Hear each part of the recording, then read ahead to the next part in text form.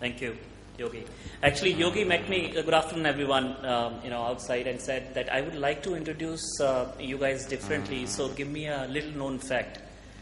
I said this is not only a little known fact, but it will be a difficult to believe fact for the audience when they see me. So, but good attempt, Yogi. People didn't revolt with this fact you produce. What I am going to do is make an attempt, a humble attempt with my colleagues over here to give you some point of reflections to make a learning strategy for managing talent. The entire focus would be reflecting together, giving some pointers to our thinking, which can, according to me, make a good learning strategy for talent management. And I'm going to deviate from this topic for some time, and I would request my colleagues also to participate in this, and we'll try to make it engaging by raise of hands, etc.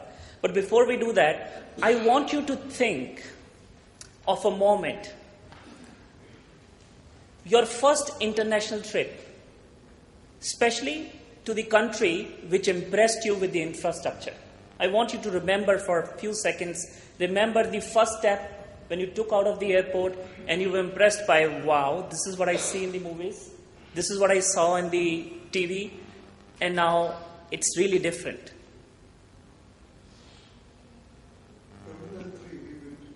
Yes.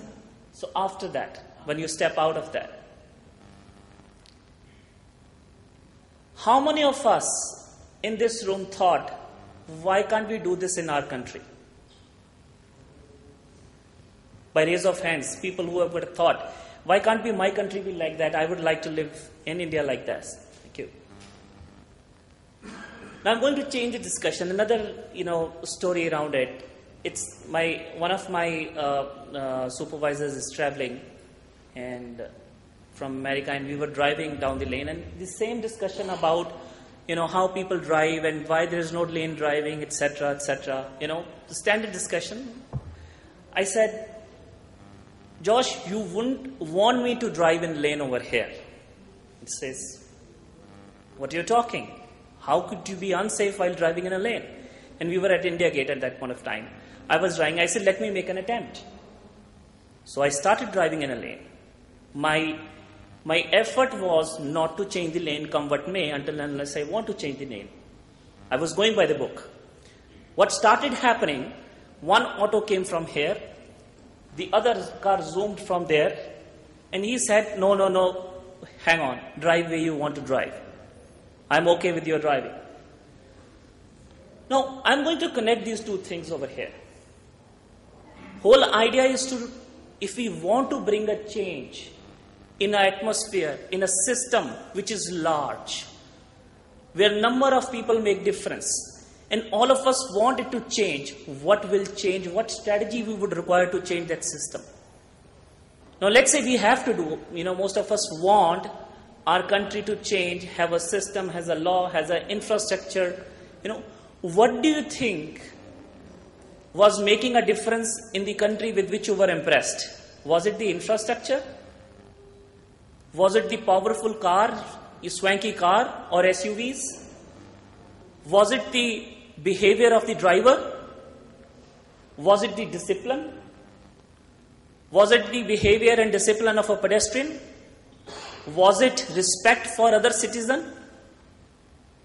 What do you think, out of these things is making that experience happen?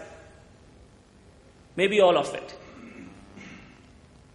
Right? So there is no one thing which will change this infrastructure. Now the other point to reflect is, if you want to make that change now in India, I was reading Chetan Bhagat's book, book where he was talking about, he equally felt passionate about changing India, and he said, I will start following the rules. And so what he started doing was, I will stand in a queue and will not board a bus, without standing in a queue. What could have happened? So let's say we join our effort together, and if we start driving this room, we will be 60 to 70 people in this room, and we start driving in the lane, do you think the way Mumbai drives or Delhi drives will change? So the point which I'm bringing is to make the change happen, there are multiple efforts which are required from various parties who are involved in that change agent. And it is very critical for our strategy to incorporate that.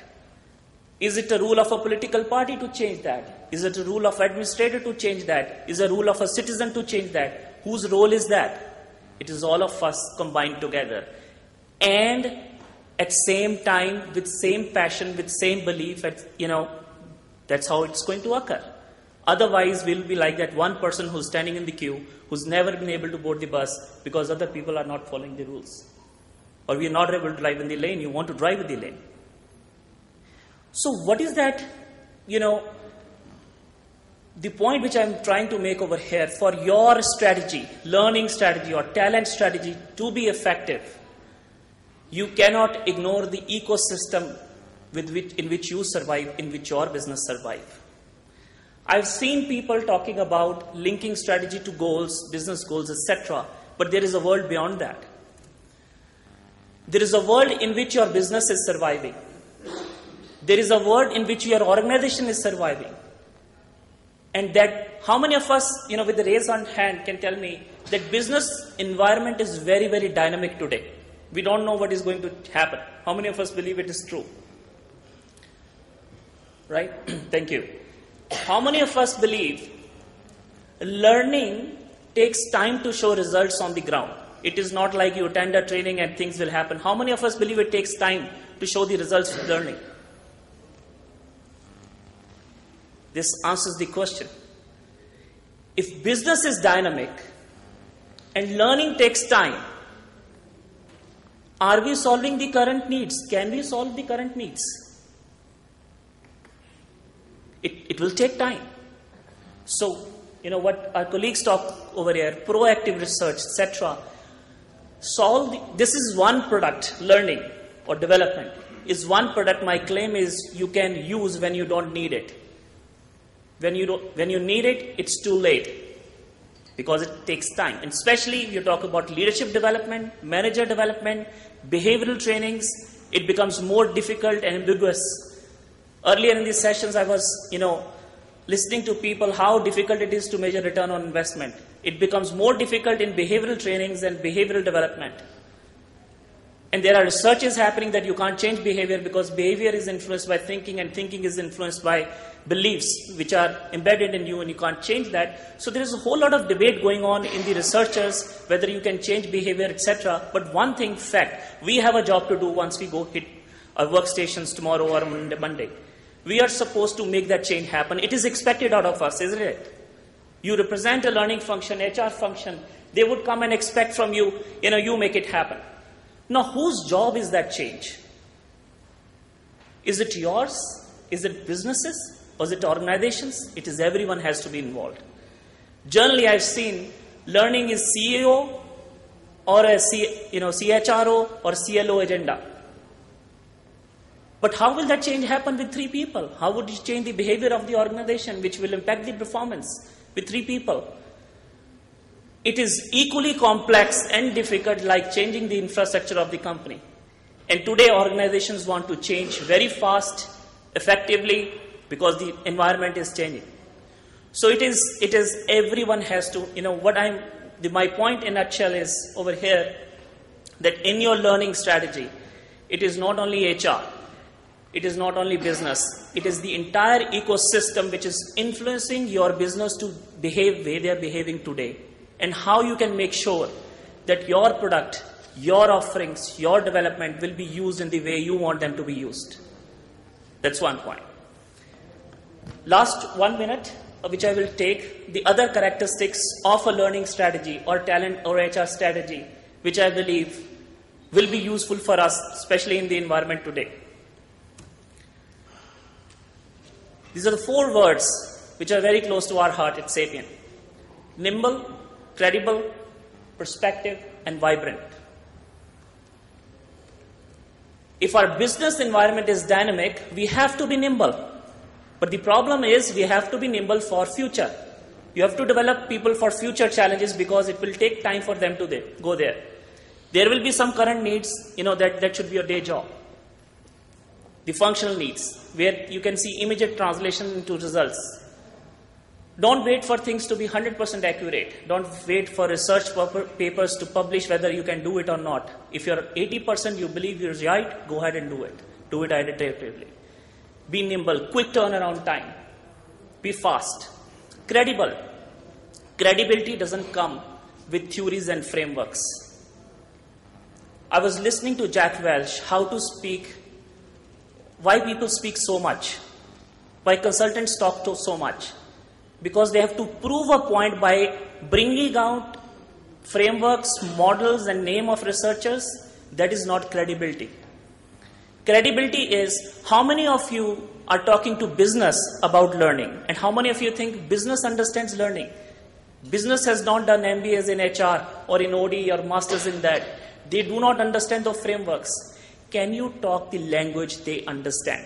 That is what I mean by credibility. Can you present the information to them which is true for them, not true for you?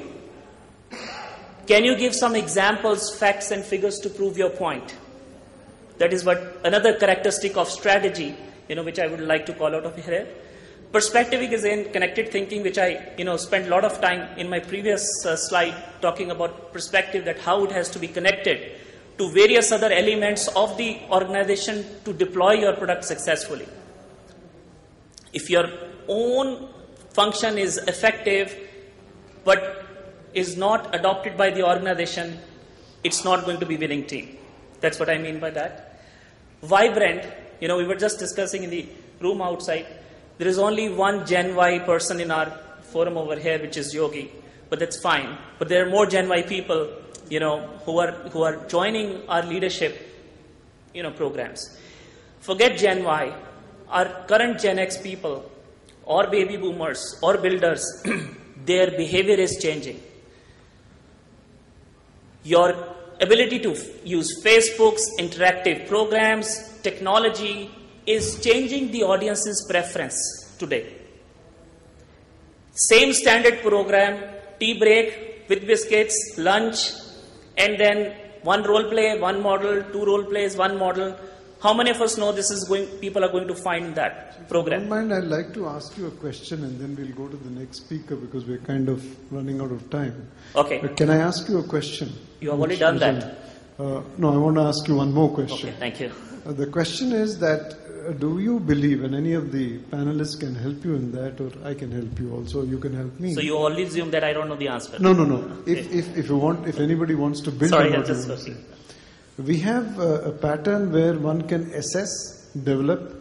You can have another pattern where you develop, assess. Which one would you propagate as a learning strategy? Because that is the topic we're discussing. Okay. So, in a nutshell, when you say develop, you've already assessed that this person needs development. When you say that go to this training, that means some form of assessment. When my wife says you need to go to gym, that means some assessment is happening on me. Right? So when the word develop comes embedded with the assessment, you need help. So whether you call out explicitly, whether you do not call out explicitly, doesn't matter. And since you will see lot of coaching, frameworks, they start with assessment. And you need to make sure the time is little. Are you spending time on your development for right priorities? For that, I believe assessment needs to be the first step, but there could be other theories. With this, I would like to end. You want to close the bracket on something you want to say, please go ahead. No, whole idea is be creative, have perspective, think of larger system which is going to influence what you are trying to do, not only HR function, and that's how we will be together, successful in what we want to do. Thank you so much.